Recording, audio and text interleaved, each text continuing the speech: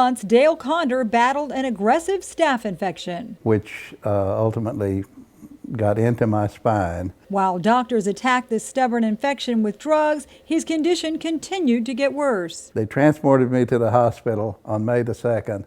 I had no feeling from my waist down. I couldn't feel my legs. This was how neurosurgeon Henn found him. But what he had before was literally an angulation there. I first met him in the emergency room. He came in with what we consider a true neurosurgical emergency. The concern was at any point he would essentially not be able to use his legs at all, and that obviously could become a permanent problem.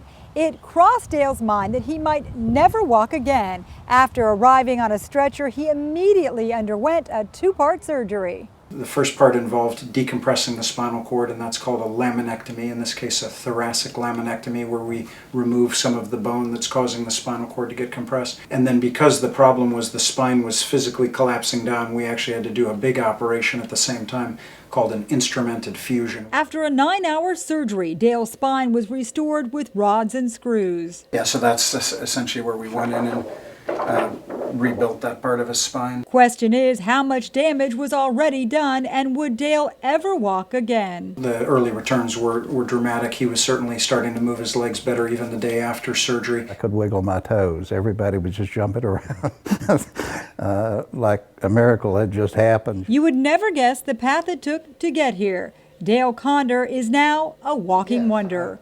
For Lee Memorial Health System, I'm Amy Osher. Moving along pretty well.